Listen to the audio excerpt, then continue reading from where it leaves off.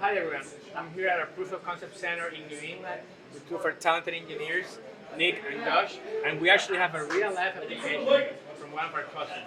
Right here we have a semiconductor wafer, and can you tell us a little bit about what's happening right now? Yeah, so right now we're using the ZW8000. If you take a look at the coating on the semiconductor wafer, you can see between these two peaks, we're actually measuring the thickness of the coating itself. Josh, that's pretty common from what you've seen. Yeah, we've done a lot of different work on wafers as far as measurement. We've done barcode reading off the wafer, vacuum transfer stations, etc., with all of our control systems. Yeah, so will you say that anybody in semiconductor could reach out to us and potentially get a proof of concept going? Absolutely. We've done a lot of work in the semiconductor industry, and we'd like to see your proofs.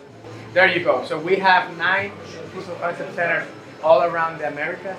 Reach out to your local OMRON representative, and we can talk about your semiconductor application and see how we can help you improve your manufacturing. Talk to you soon.